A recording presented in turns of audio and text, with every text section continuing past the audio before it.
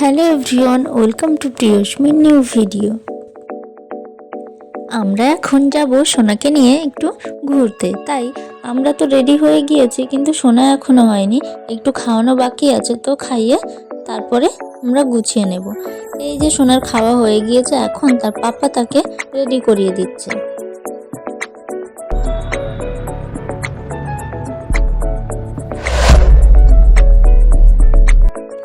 আমরা বিয়ে উপলক্ষে হুগলি এসেছি, তাই ভাবলাম বাড়িতে যাওয়ার আগে সোনাকে একবার ব্যান্ডেল চার্চ থেকে ঘুরিয়ে নিয়ে আসি। মেয়ে তো ঘুরতে খুব পছন্দ করে, আর বাইকে হলে তো কথাই নেই। সেই জন্য ওকে নিয়ে এখন ঘুরতে বেরিয়েছে। সোনা এখন তার পাপার কাছে বায়না করছে যে সে সামনে বসে যাবে। তাই পাপা বলল যে চার্চের কাছাকাছি এসে তখন সামনে নিয়ে নেবে।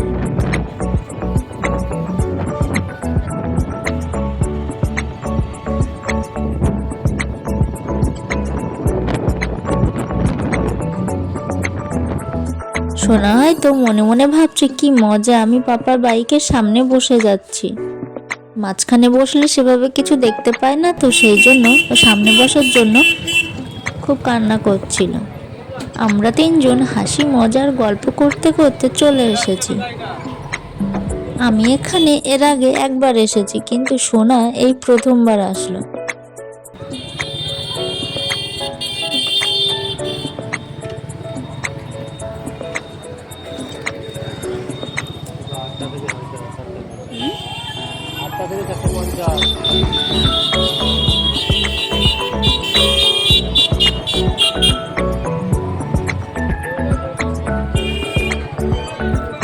কি সুন্দর লাগছে এই ফুলগুলো দেখতে। ভাবছি সোনাকে একটা কিনে দেব।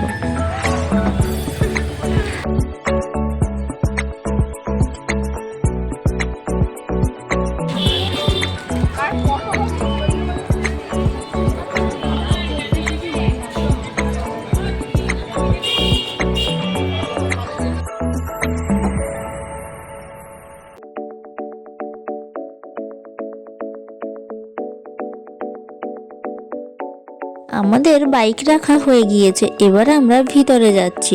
আর এখানে গির্জা দর্শনের জন্য সময়টাও দিয়ে দিয়েছে।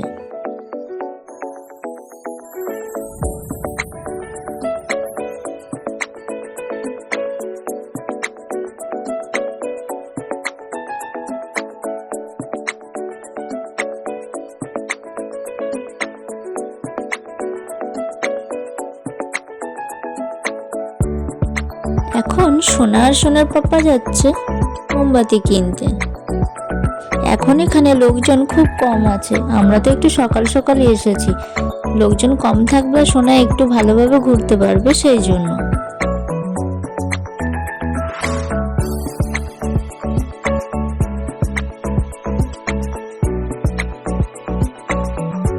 সোনা তো আর কোলেই থাকতে চাইছে না, তাই পাপা ওকে নিচে নামিয়ে দিয়েছে।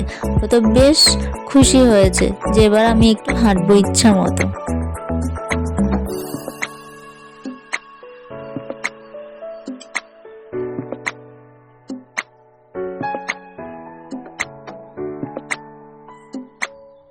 আমার সোনামা এখন যাচ্ছে মোমবাতি কিনতে, কিন্তু সোনাকে তো মোমবাতি দিল না, সেজন্য এখন পাপাকে ডাকছে। এই যে আমরা দুটো মোমবাতি কিনে নিয়েছি। সোনা তো ভিতরে যেতেই চাইছে না, গেটের দিকেই চলে যাচ্ছে, কেন জানি না। দেখি কি দেখেছে, খুব দুষ্টুমি করছে। এত ডাকছি কিন্তু আসতেই চাইছে না, মোমবাতি দুটো নিয়ে বাইরেই চলে যাচ্ছে।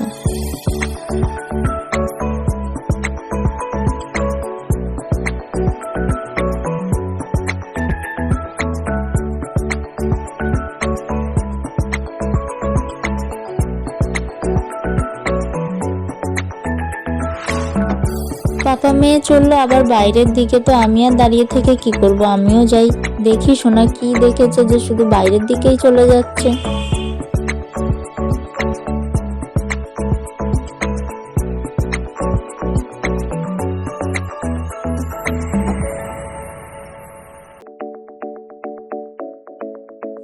বাইরে এসে বুঝলাম যে সোনা কেন বাইরের দিকে চলে আসতে চাইছে। এই যে গাড়িটা দেখেছে, ওর দেখে পছন্দ হয়েছে, সেই জন্য বারবার বাইরের দিকেই চলে আসছে। এইরকম গাড়িতে সোনা কখনোই ওঠেনি, এই ফার্স্ট টাইম উঠছে।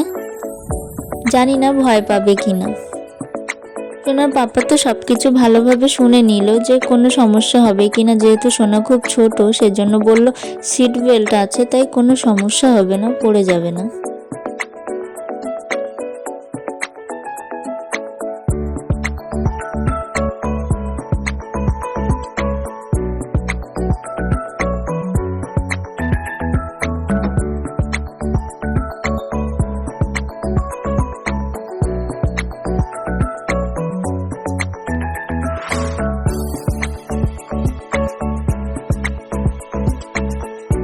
আমার সোনামার খুব সাহস দেখছি, কিছুই বলছে না, সিট বেল্টও বাঁধার প্রয়োজন পড়েনি, কত সুন্দরভাবে বসে আছে, একটুও ভয় পাচ্ছে না, আর খুব মজাও করছে।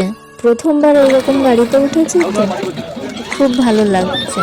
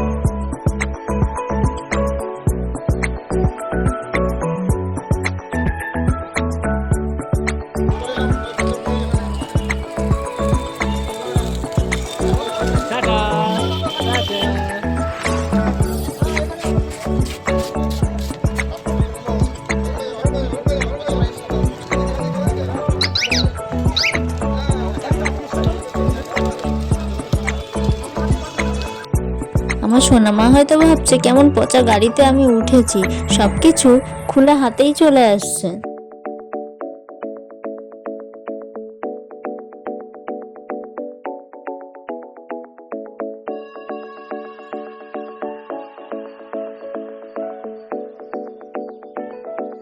যাই হোক, আমাদের গাড়িতে করে ঘোরা হয়ে গিয়েছে, এবার আমরা যাচ্ছি ভিতরের দিকে।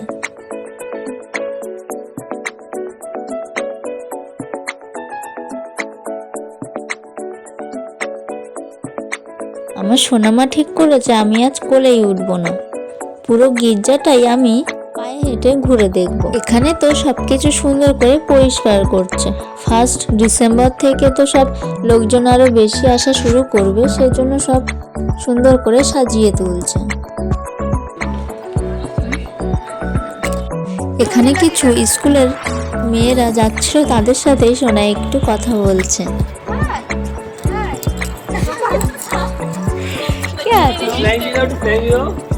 আমি দিয়ে দাও তো।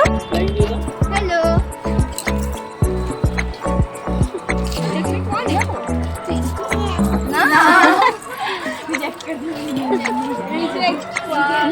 বলে উঠবে না, সবাইকে আবার টাটা দিচ্ছে।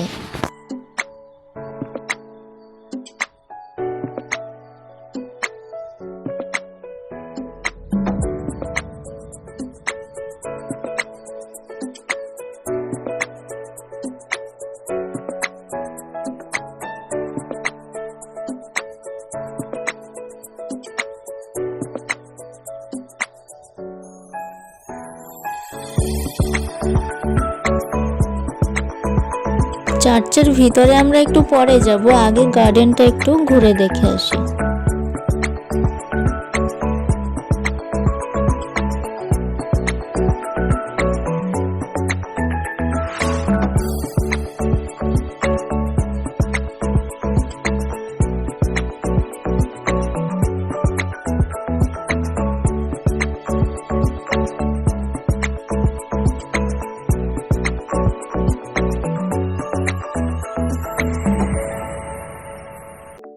সকালের হালকা মিষ্টি রৌদ্র আর এই সব কিছু বেশ ভালোই লাগছে।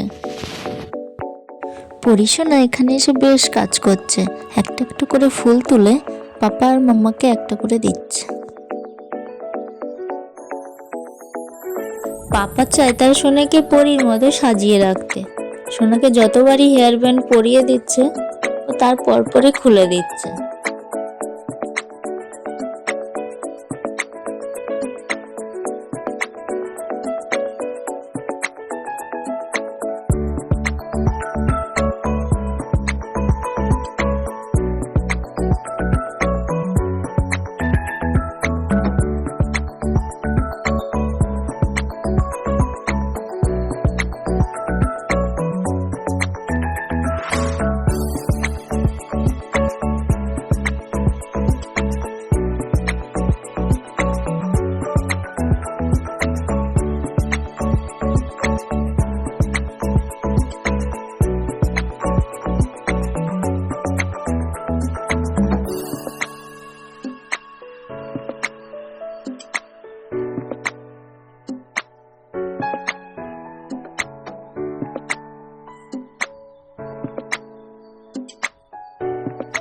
পাপার চশমাটা নিয়ে এখন নিজেই স্টাইল দেওয়া শুরু করছে।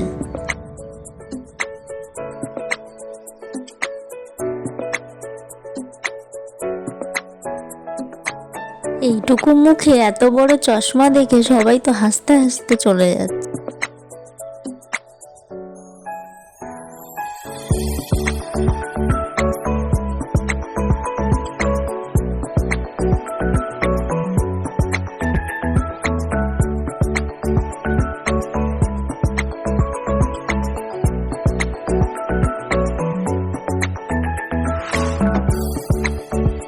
পাপার চশমা নিয়ে এখন কোথায় বললে হয়, কিভাবে স্টাইল দেওয়া যায় সেটাই হয়তো ভাবছে।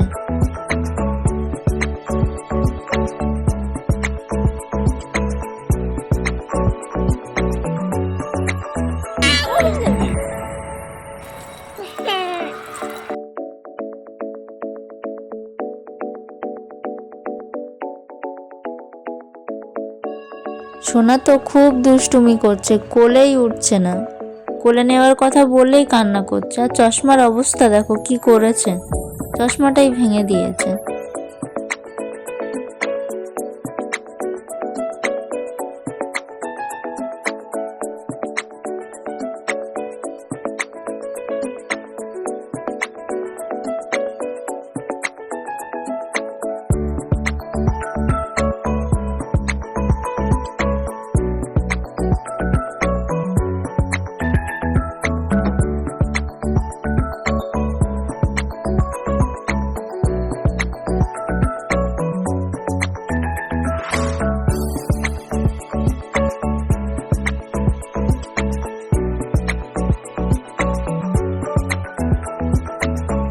পাপা এখানে যা কিছুই করবে তাকেও তা কপি করতে হবে।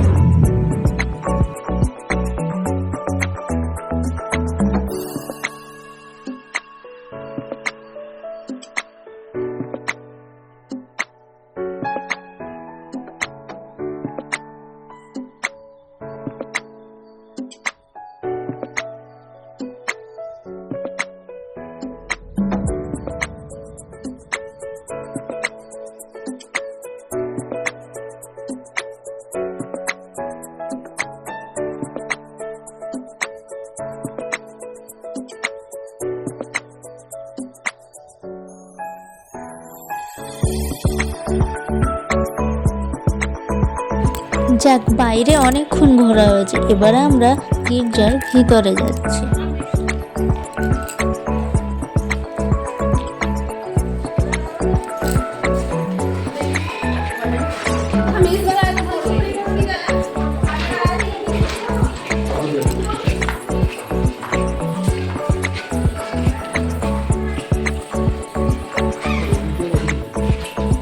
বাহ, ভিতরে তো খুব সুন্দর দেখাচ্ছে, সবকিছু খুব সুন্দরভাবেই ডেকোরেশন করা।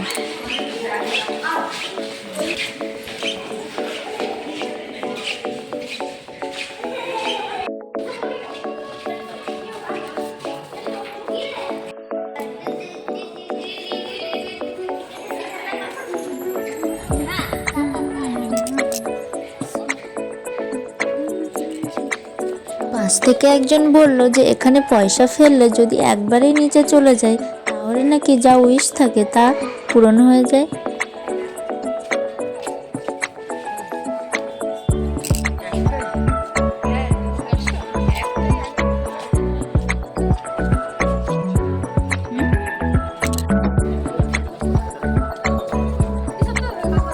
আমরা যে মোমবাতি দুটো কিনেছিলাম তা আমরা এখানে দিয়ে দিয়েছি।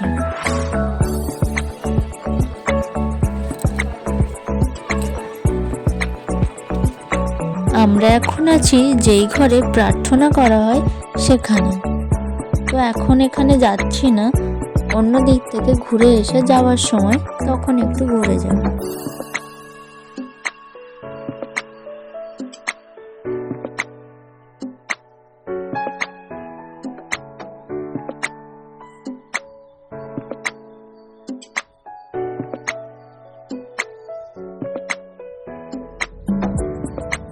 সোনা এত হেঁটেছে যে তার জুতোর তলাটাই নষ্ট হয়ে গিয়েছে। আর এখানে পাপা মেয়ে দুষ্টুমি চলছে।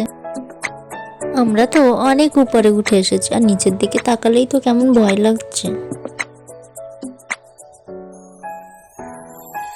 যাক বাবা, ভয় পেয়ে কাজ নেই। সোনার পাপা যেদিকে যাচ্ছে সেই দিকে একটু যাই।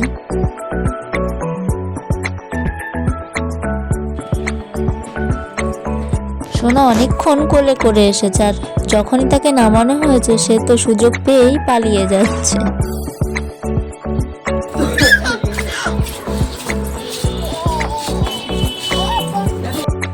আজ সোনা কতবার যে পড়েছে তার ঠিক নেই, কিন্তু তবুও কোলে উঠবে না।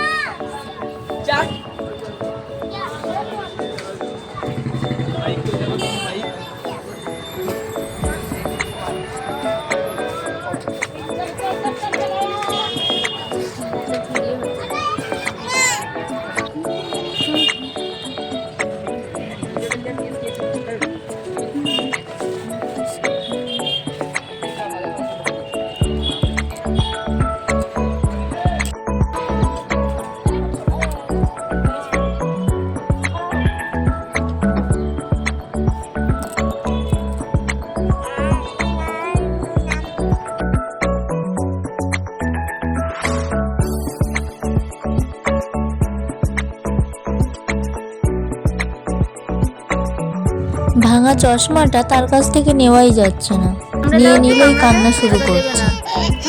খুব জেদ করছে যে সেই চশমাটাই তাকে দিতে হবে। আর এখানে এসেছে একটু প্রার্থনা করতে, তো এখানে ফোন ব্যবহার করতে নেই, কিন্তু আমার সেভাবে খেয়াল ছিল না। তোর পাপা বললো এখানে করা যায় না এভাবে, তো সেই জন্য আর বন্ধ করে দিলাম।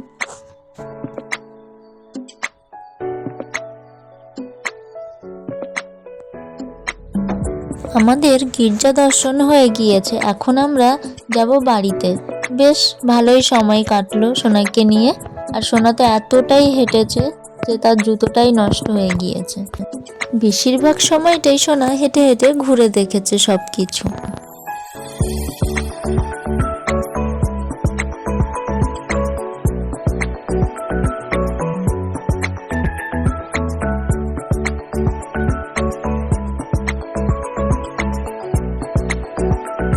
এখানে সবাই পিকনিক করতে আসে, আর এটা গির্জার পাশেরই জায়গা, নদীর ধারের দিকে, তো ভাবলাম একটু ঘুরে যাই।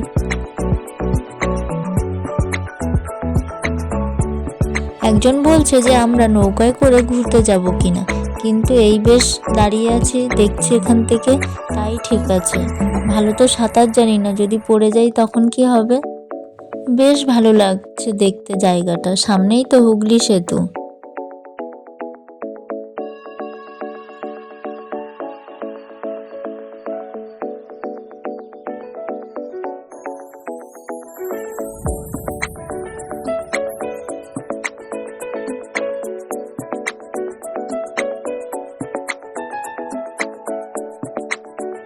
আমার পছন্দের একটা জিনিস দেখতে পেলাম, কাশফুল। সেই পুজোর সময় দেখেছিলাম, আবার এই যে দেখছি।